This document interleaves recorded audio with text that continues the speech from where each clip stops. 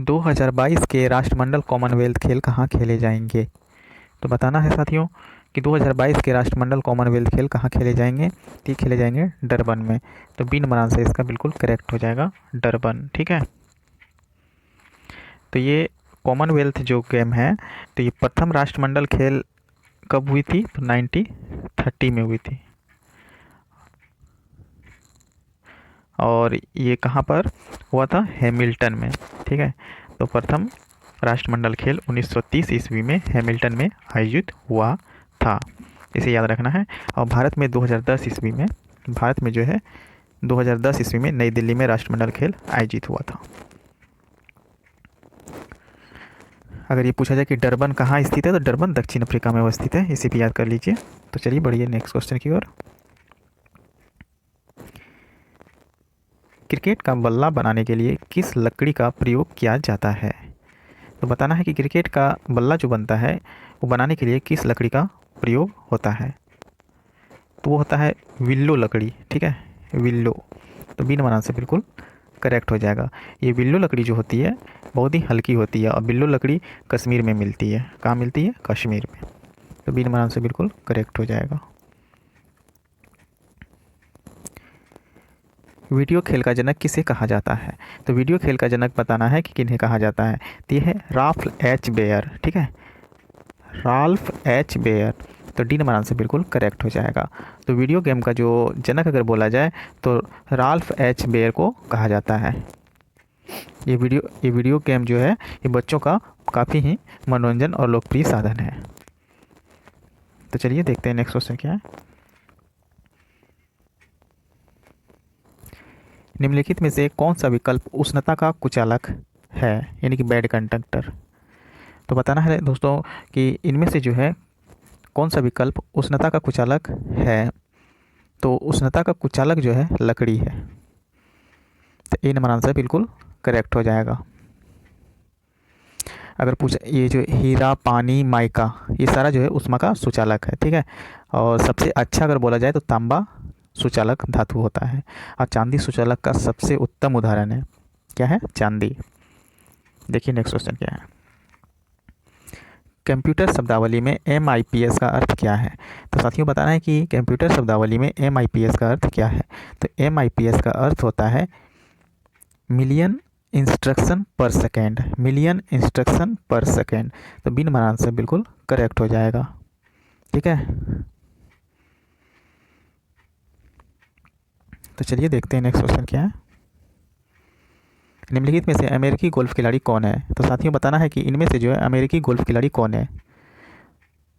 तो ये tiger woods जो है ये अमेरिकी गोल्फ खिलाड़ी है। ठीक है, गोल्फ कोर्स 125 से 175 एकड़ तक होता है, तो इन्हें भी याद रखना है। और गोल्फ के बॉल का वजन जो होता है दोस्तों 45.9 ग्राम और परिधि 4.27 सेंटीमीटर होता है। और छिद्र का व्यास पूछा जाए तो 4 इंच होता है। ठीक है, तो इन सबों को याद रखिएगा। तो इसका आंसर क्या हो जाएगा, अमेरिकी गोल्फ खिलाड़ी कौन है, टाइगर वुड्स। देखिए नेक्स्ट क्वेश्चन क्या है। पानी का घनत्व क्या है। तो बताना है साथियों कि पानी का घनत्व जो है वो क्या है। तो पानी का घनत्व जो है 1000 किलो प्रति घन मीटर है। ये नंबर आंसर बिल्कुल करेक्ट हो जाएगा। पानी का घनत्व जो है अधिकतम 4 डिग्री सेंटीग्रेड पर होता है और पानी का आयतन जो है 4 डिग्री सेंटीग्रेड पर कम होता है। ठीक है, और पानी बोला जाए तो कितने डिग्री पे उबलता है, तो 100 डिग्री सेंटीग्रेड पे पानी उबलता है। और बर्फ़ कितने डिग्री पे बनता है, तो 0 डिग्री सेंटीग्रेड पे ये बर्फ़ बन जाता है। देखिए नेक्स्ट क्वेश्चन क्या है। भारत के सर्वोच्च न्यायालय की स्थापना कब की गई थी। वेरी वेरी इंपॉर्टेंट क्वेश्चन है साथियों। बताइए कि भारत के सर्वोच्च न्यायालय की स्थापना कब की गई थी। तो की गई थी 1950 ईस्वी में। तो बी नंबर आंसर बिल्कुल करेक्ट हो जाएगा, 1950। देखिए नेक्स्ट क्वेश्चन क्या है। ध्वनि के नाप की यूनिट क्या है। तो बताना है दोस्तों कि ध्वनि को जो नापते हैं उसका यूनिट क्या है, उसका इकाई क्या है। तो ध्वनि को जो है डेसिबल से मापते हैं। तो बी नंबर आंसर बिल्कुल करेक्ट हो जाएगा। देखिए नेक्स्ट क्वेश्चन क्या है। शक्कर के घोल में शक्कर एक डैश है। तो साथियों बताना है शक्कर के घोल में शक्कर क्या है। तो शक्कर जो है एक घुला हुआ पदार्थ है, यानी कि सॉल्यूट है। बी नंबर आंसर बिल्कुल करेक्ट हो जाएगा, घुला हुआ पदार्थ है। देखिए नेक्स्ट क्वेश्चन क्या है, उत्तल दर्पण यानी कॉन्वेक्स मिरर का प्रयोग किस में किया जाता है। तो साथियों बताना है कि उत्तल लेंस जो है उसका प्रयोग किस में किया जाता है। तो वाहनों में पीछे की ओर दृश्य को देखने के लिए उत्तल दर्पण का इस्तेमाल किया जाता है, ठीक है। तो ए नंबर आंसर बिल्कुल करेक्ट हो जाएगा। वाहनों में रियर व्यू मिरर यानी कि वाहनों के पीछे की ओर देखने के लिए जो है कॉन्वेक्स मिरर का इस्तेमाल किया जाता है।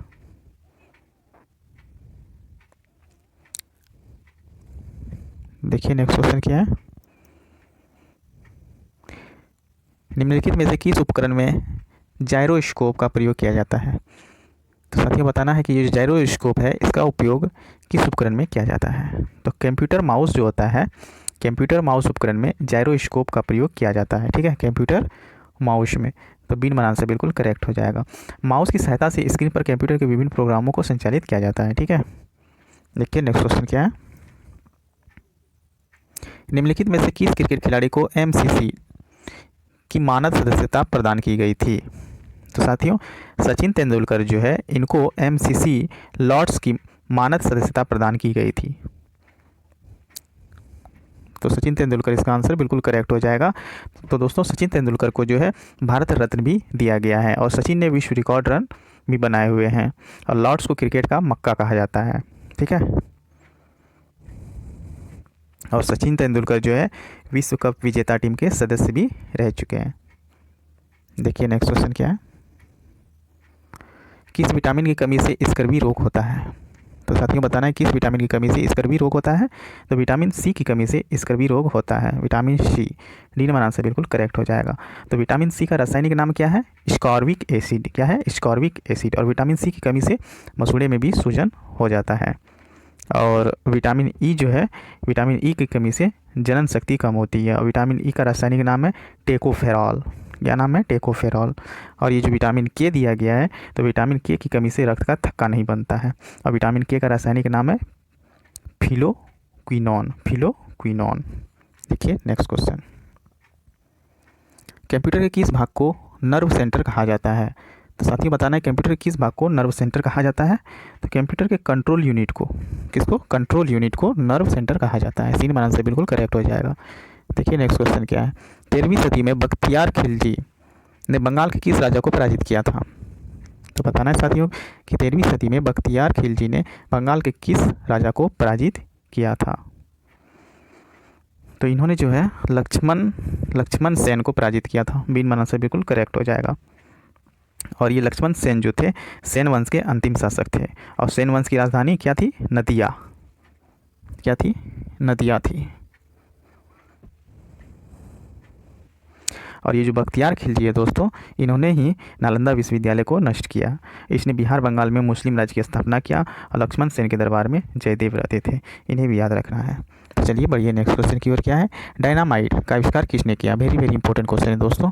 ये इन्वेंशन से रिलेटेड सारे इंपॉर्टेंट क्वेश्चन होते हैं, तो इन्हें आप लोग ध्यान से देख लीजिएगा। तो डायनामाइट का आविष्कार किसने किया था ये बताना है। तो डायनामाइट का आविष्कार जो है अल्फ्रेड नोबेल ने किया था, ठीक है, अल्फ्रेड नोबेल। ये नंबर आंसर बिल्कुल करेक्ट हो जाएगा। और ये डायनामाइट क्या है, ये एक विस्फोटक पदार्थ है, ठीक है। और डायनामाइट बनाने में जो है टीएनजी, ट्राई नाइट्रोग्लिसरीन का प्रयोग किया जाता है। यानी कि टीएनजी को नोबेल का तेल भी कहा जाता है।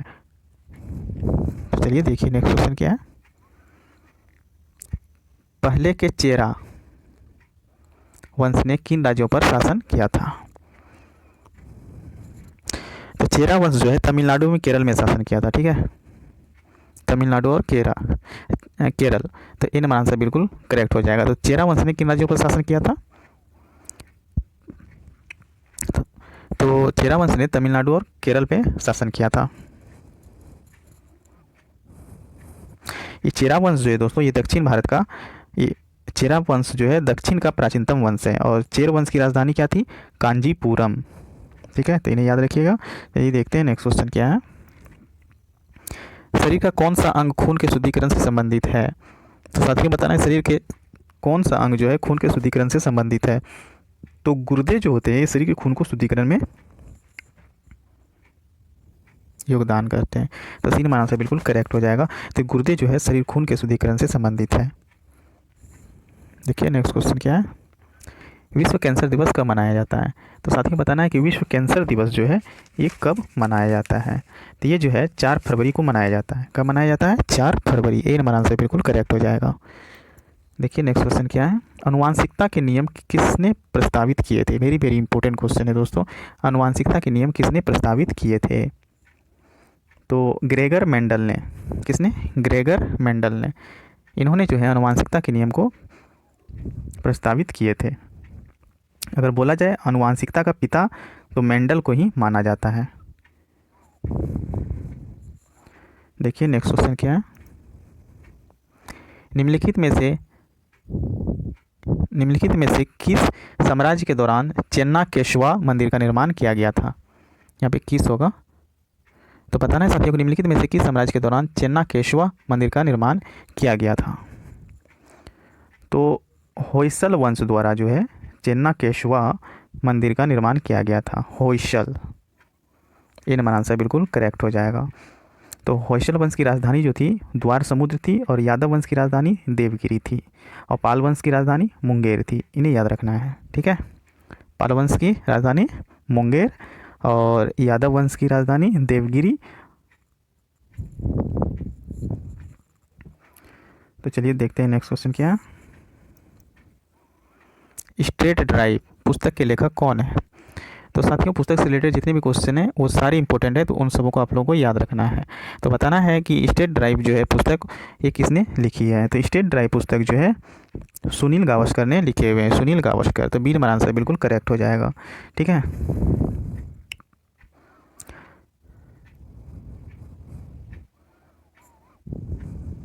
और ये जो कपिल देव है दोस्तों, कपिल देव, इन्होंने भी एक बुक लिखी हुई, इनके लिए भी एक बुक है।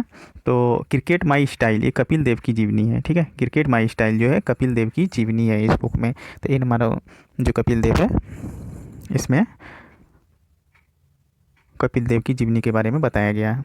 देखिए नेक्स्ट क्वेश्चन क्या है, तो इसका आंसर क्या हो जाएगा, सुनील गावस्कर, स्टेट ड्राइव के लेखक। देखिए नेक्स्ट क्वेश्चन क्या है, भारतीय फिल्म उद्योग के सेलुलॉयड मैन का नाम बताएं जिनकी मृत्यु हाल ही में हुई है।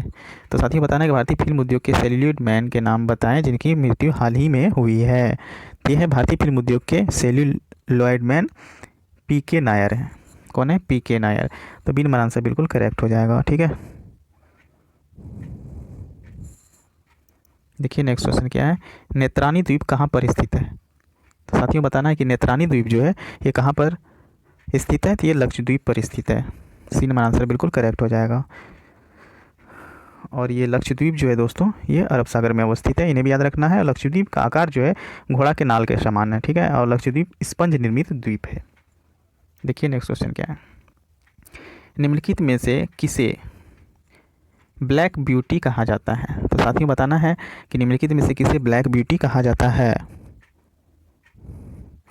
तो मार्स से प्राप्त एक कोयले के रंग का पत्थर का नाम ब्लैक ब्यूटी है, ठीक है। मार्स से प्राप्त एक कोयले के रंग का पत्थर।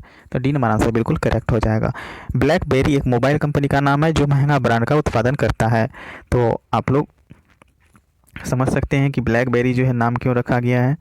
तो उसी प्रकार जो ये ब्लैक ब्यूटी है जो कि मार्स से प्राप्त एक कोयले का रंग का पत्थर है जिसका नाम है, ठीक है। देखिए नेक्स्ट क्वेश्चन क्या है, मिस्र का सबसे बड़ा पिरामिड कौन सा है।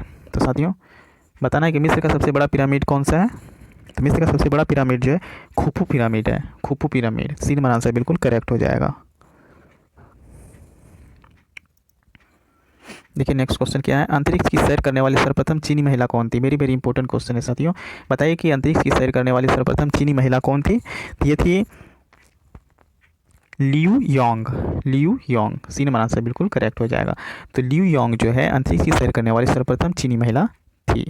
देखिए अगला क्वेश्चन क्या है, निम्नलिखित में से कौन सी झील सलाइन सोडा झील है जो उल्कापात के प्रभाव से बुल्धाना जिले में बनी थी। तो साथियों लोनार झील जो है सलाइन सोडा झील है जो उल्कापात के प्रभाव से बुल्धाना जिले में बनी है, ठीक है। क्या है, लोनार झील। ए नंबर आंसर बिल्कुल करेक्ट हो जाएगा।